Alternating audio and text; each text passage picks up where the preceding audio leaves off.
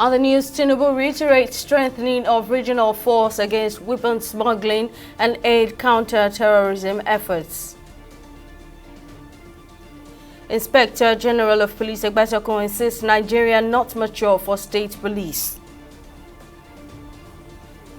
And winner of Ondo APC governorship primary Ayedatiwa extend olive branch to opponents, thanks Tinubu.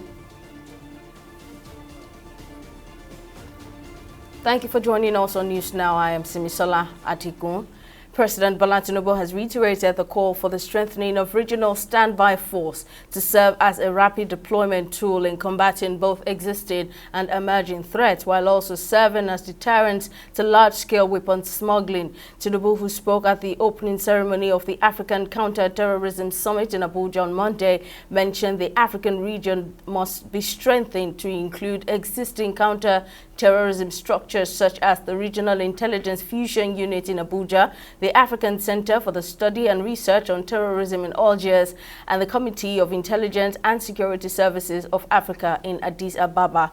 While he underscored the importance of a regional standby force that includes tackling terrorism as part of its mandate, the president says terrorism requires a collective approach and that the root causes must be addressed. Speaking on the efforts of Nigeria in beating the menace, President Tinubu says the nation's counter-terrorism capabilities have been enhanced through the enactment of the Terrorism Prevention and Prohibition Act, establishing the National Counter-Terrorism Center.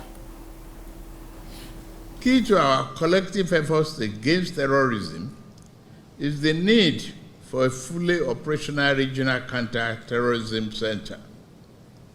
This center will serve as a hub for intelligence sharing, operational coordination, and capacity building throughout our region. Additionally, we must strengthen existing counter-terrorism structures, such as the Regional Intelligence Fusion Unit, RIFU, Abuja, the African Center for Study and Research on Terrorism and in Algiers, and the Committee of Intelligence and Security Services of Africa in Addis Ababa. All of these bodies must work hard together to continue constantly to change a problem. A regional standby force that includes tackling terrorism as part of its mandate must not be abandoned. I am mindful of the funding, legal and logistical complexities that face the proper establishment of such a force. However, with a prudent and clearly defined mandate that accords with the international law and respects national sovereignty, such a force must serve as a rapid deployment mechanism capable of swiftly responding to major threats and bolstering the security of our region. Still on security, Vice President Kashim Shettima, former Vice President Goodluck Jonathan, and elder statesman Abdusalami Abubakar are among the dignitaries currently attending a dialogue on state police at the House of Representatives in Abuja. The meeting is organized by the Office of the Speaker of the House of Representatives Committee on Constitutional Review with the theme Pathways to Peace, Reimagining Policing in Nigeria. While some speakers at the event drummed support for the creation of state police, the Inspector General of Police Kayode Egbetokun says the country is not mature for state policing despite the myriad of security challenges facing it. The IGP argued, among other factors, that there is the potential for abuse of power by the state political leadership. He suggested other things to make the police better in securing the country, such as the Nigeria Security and Civil Defense Corps, Federal Road Safety, forming a department under the Nigerian police. Moving on, Governor of Ondo State, Lucky Ayedatiwa, has called on his opponents in the Ondo State All Progressives Congress APC governorship primary election to work with him. The chairman of the election committee and governor of Kogi State, Usman Ododo, declared Ayedatiwa winner of the exercise in the early hours of Monday, ending a voting process that began on Saturday. The Ondo State Governor coasted to victory in 16 of the 18 local government areas, amassing 48,569 votes in the primary to beat his closest rival, Mayowa Akinfolarin, who polled 15,343 votes in the election. In his acceptance speech on Monday, Ayedatiwa thanked President Bola Tinubu for his leadership of the party as well as party members for voting him in as many as the party's flag bearer, while also extending an olive branch to his 15 co-contestants in the primaries. By the power conferred on the committee and in line with the APC guidelines for the nomination of candidates of the party in the general election, I, Ahmed Usman Ododo, the Executive Governor of Kogi State and the Chairman of the Committee and the Returning Officer of the Ondo State APC Governorship Primary Election held on the 20th day of April 2024, hereby declare that Lucky Orimisan that you are having satisfied the requirement of the law and scored the highest number of lawful votes cast in the direct primary election conducted on the 20th day of April 2024. We all join hands together in building the future that we all yearn for in Ondo State. There is infrastructure to be built, better health services to be delivered, justice to be served, qualitative education to be ensured, civil servants to be trained and motivated, security of lives and property to be ensured, and the architecture strengthened, enabling business environment to be created for business to thrive and to also attract investors. Still on party matters, the Tinubu Media Support Group chieftains of the All Progressives Congress APC has called on all sitting governors, former governors and politically exposed persons to stand against the unjust persecution of former governor of Kogi State, Yahaya Bello, by the Economic and Financial Crimes Commission, EFCC. The chairman, Tinubu Media Support Group, Jesu Tega Onopasa, who briefed the press on behalf of other members, described it as utter travesty, the former governor's prosecution in the court of public opinion as against the court of law, saying it was a coordinated witch hunt against a citizen of the Federal Republic of Nigeria and a former governor of one of the states of the country. I want EFCC to follow the law. There is a law. All of us are, nobody's above the law. Even a governor or a president with immunity, do you know what immunity exists for? Is to aid you to apply the law, to execute the law, to enforce the law. It doesn't mean you are above the law. No one, not even the Chief Justice of Nigeria is above the law. It's for everybody to obey the law. There is a court order. Even if the order had come from a customary court, I don't know what state you come from, even if the customary court is in your village, it is a court. What you do, however absurd you might consider the ruling, you go to court. That's just, otherwise you have bedlam in the society, you have anarchy. Now, what Yahaya Bello was placing reliance on a valid court order that says you cannot arrest him. That order, as far as I'm aware, has not been vacated.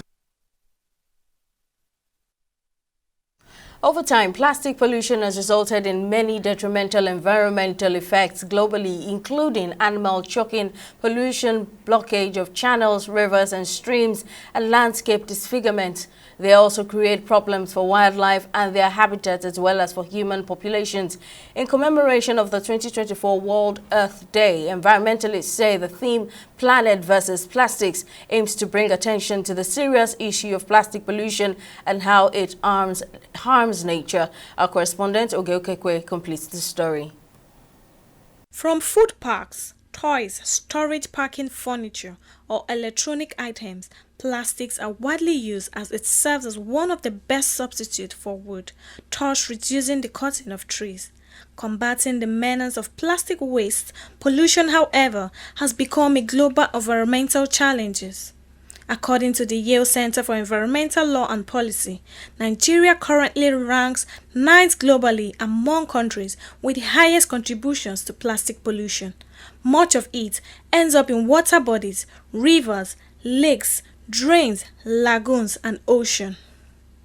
Environmentalists say a revolutionary shift in attitude is crucial to address the environmental crisis of plastic pollution. We got to have a different attitude in our minds, a renewal of our minds, far more caring attitude. And then, of course, put a lot of practical things into place. What are the practical things? Stop the pollution. Air pollution that's killing several millions of people every year. Every year. Think about that. Millions. Not just a few 100,000. Millions of people die every year because there's too much pollution that we have put into the air. And then, as if that's not bad enough, that pollution is causing the climate change, the global warming, which is now bringing about all types of aberrations and all types of potential for really, really catastrophic consequences. And as if that's not bad enough, how about the plastic pollution? Microplastics, billions of them all over the place. In just about every animal that you catch from the sea, it's got microplastics in it. Human beings have microplastics in it. The plastics are soiling the earth, in the seas, causing all kinds of havoc. The Yale Center for Environmental Law and Policy says Nigeria generates about 2.5 million tons of plastic waste annually, but the evidence to inform plastic pollution management is scanty. This environmentalist says, given the non-biodegradable nature of plastic, more decisions should revolve around the importance of waste management and simple ways to contribute to national and global recycling efforts. In many of the Western world, we are trying to bring that here as well. If you are going to the supermarket, to the grocery store, for your shopping, you come with your nylon bags. You come with your paper bags. If you do not come, and you want one, you're going to pay for it. So as a result of paying for it, people are now used to the fact that, okay, I have this my bag at home, so I don't waste them. You know, that bag, I take it to the store, I buy whatever I want to buy, and I take it back. So that bag is kept for that particular purpose. We don't buy, because when you know it's expensive, but it's a way of reducing our use of plastic and rubber-produced items. As the world spirals towards the achievement of the United Nations Sustainable Development Goals by 2030, experts say it is now imperative to spread acquired information which can inform states, national and regional policies, actions and programs to manage plastic pollution globally. Ogechukwu Kekwe, TV360, Lagos. Moving on, a coalition of civil society organizations has kicked against any form of blackmailing and extortion from sister organizations in order to sustain its ethical standards. The leader of the coalition, Shino Loremikon, who announced this on Monday in Lagos, condemned an attempt by a self-styled entity for allegedly engaging in unprotected misconduct that negates society advancement. Loremikon explained that the unjust attack on the person and office of the Chief Executive Officer of Nigeria of the Nigerian Upstream Petroleum Regulatory Commission, Benga Komalafe, was uncalled for. The CSOs called on the relevant security agencies to intervene and investigate the purported planned protest against the NUPRC boss. Call on the relevant security agencies to swiftly intervene and investigate this purported planned protest against the NUPRC boss. It should be noted that we, as serious-minded coalition, does not condemn protests. However, genuine protests must be seen to develop any ulterior motives of blackmail and extortion. It is imperative to probe the role of those elements parading themselves as activists, orchestrating this malicious plot to tarnish the reputation of public servants. Justice must prevail, and those responsible for this attempted extortion must be held accountable under the law. We are not against any coalition, but we are against extortion and blackmail. Well, as members of the civil society coalition, we should at all times endeavor to play our role without being pushed, without being remunerated, without being coerced. Whoever has a grouse or whoever has a genuine case can take it before the anti-corruption agencies instead of trying to extort those who are involved. And we will not allow blackmail or sort of any form. So, and we shall not even stop at this. If need be, we shall hit the streets to also tell the world that these people are not genuine and they are not ready. They are not advancing the cause of humanity. They are not advancing the cause of good governance in Nigeria. Ask question. Ask what? Ask question. We've spent all of our life asking questions. So they may not answer, but the world will know you have asked questions. But you must ask questions the right way, not a blackmail. Because with what we are seeing, pure blackmail. Nigerian people should be able to what? To ask questions. We are not against that. We'll take a break here, but still to come, former Super Eagles captain and coach Samson Siasia laments poor pay, treatment of local coaches in Nigeria. We'll bring you details when we return.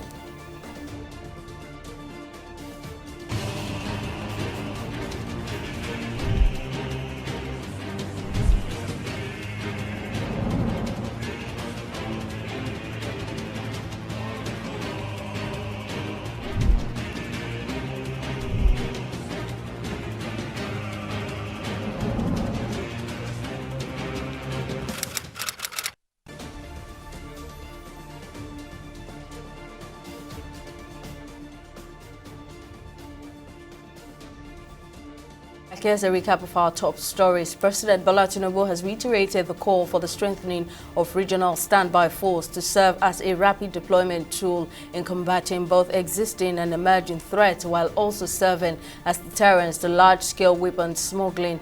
While he underscored the importance of a regional standby force that includes tackling terrorism as part of its mandate, the president says terrorism requires a collective approach and that the root causes must be addressed. We also told you that Vice President Kashim Shettima, former President Goodluck Jonathan, and elder statesman Abdusalami Abubakar are among the dignitaries currently attending a dialogue on the creation of state police at the House of Representatives in Abuja.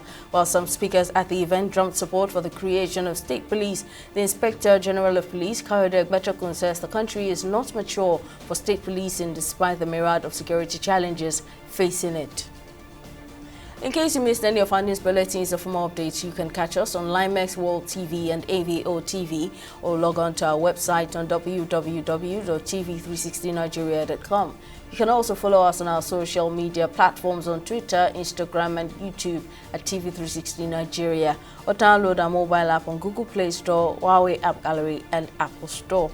On Facebook, we're at TV360 Online.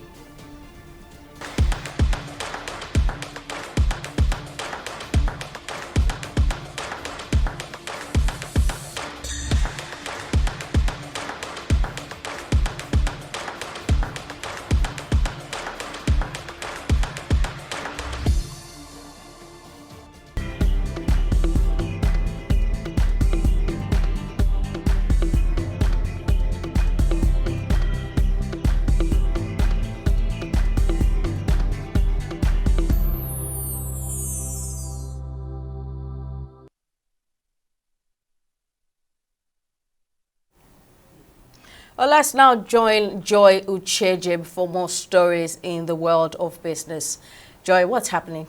Thank you, Simi. Now, on business, the Institute of Chartered Accountants of Nigeria has called on the Central Bank of Nigeria to reconsider its exclusion of retained earnings as part of the capital base of banks. This was disclosed in its position paper in the new capital requirements for banks, signed by its President Innocent Okosa.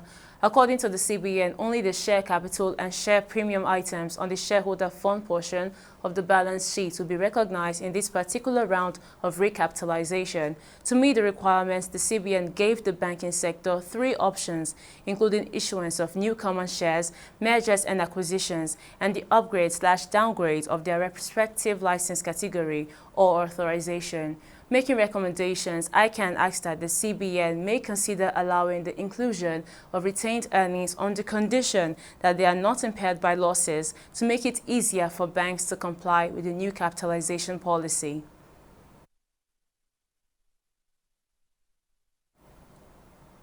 We'll take a short break and be back with stock market reports.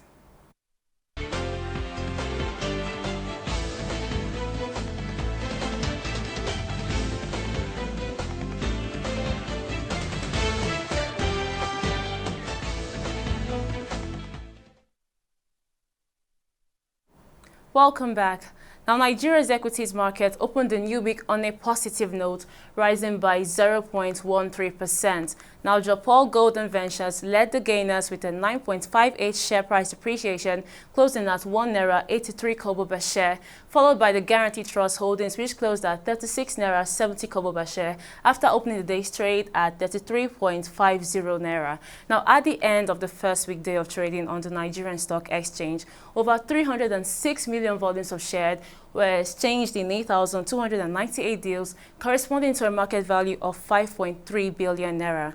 Now, when we compare this with the last NGX trading day, which was Friday, April 19th, today's data shows 19% improvement in volume, 16% improvement in deals, but 2% decline in turnover. Now, let's take a look at our select global stocks. It is a similar case for our foreign equities, as European stock closed higher on Monday as investors took comfort from easy tensions in the Middle East and look ahead to earnings from European banks and U.S. tech giants later this week, causing the UK FTSE, the U.S. Dow Jones, and the Japan's Nikkei to close at 1.62%, 0.41%, and 1% respectively. That's it on both business and stock market reports. Back to you, Simisola, for the rest of the news. Thank you, Joy. And in China, 11 people are missing following storms that battered southern China, with tens of thousands evacuated away from the torrential downpours.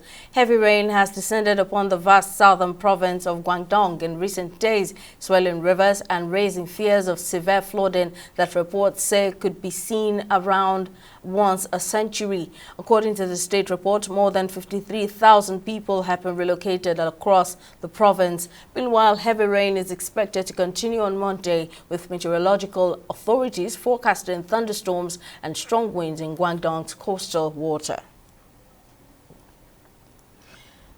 Still on the global scene, Indian Prime Minister Narendra Modi is facing accusations of spreading hatred against Muslims after controversial comments on Sunday, wherein he equated the community to infiltrators and peddled anti-Muslim tropes in the middle of the country's general elections. Speaking at a crowded rally in the western state of Rajasthan, Modi said if the opposition led by the Congress party came to power, it would distribute the country's wealth among those who have more children, in an apparent reference to Muslims. Following this, local poll officials in Rajasthan have confirmed that they had received at least 2 complaints against Modi, calling for his election campaign to be suspended and for his arrest. India's election code bars parties and politicians from engaging in speeches and campaigns that aims to perpetuate religious or caste differences.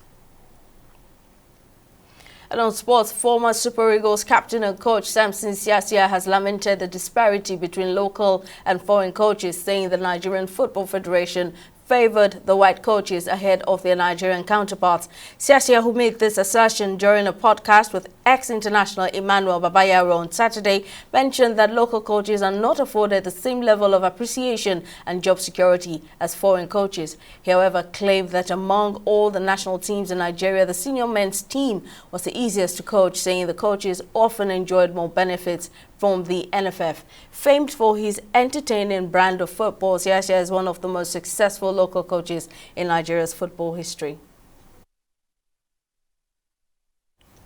Well, up next is Entertainment Report on News Now.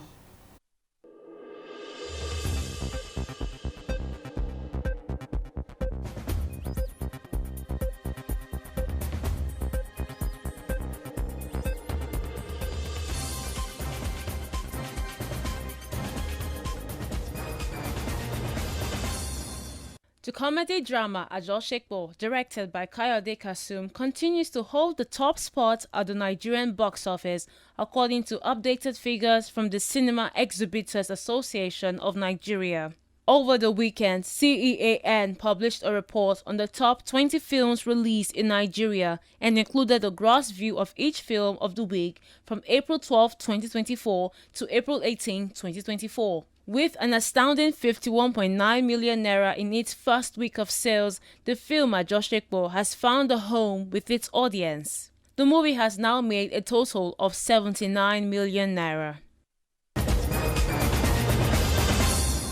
Veteran movie star Zach Orji has revealed that he once lost his ability to remember people before undergoing 2 surgeries after he slumped in his bathroom. Following this, he had undergone 2 brain surgeries which gradually brought about his restoration to health. He noted that although the first surgical procedure was done on January 1st, he has had another one a month later when scans showed that there was still a blood clot left. And that's it on entertainment news on News Now. Joy Ochejim, TV360, Lagos.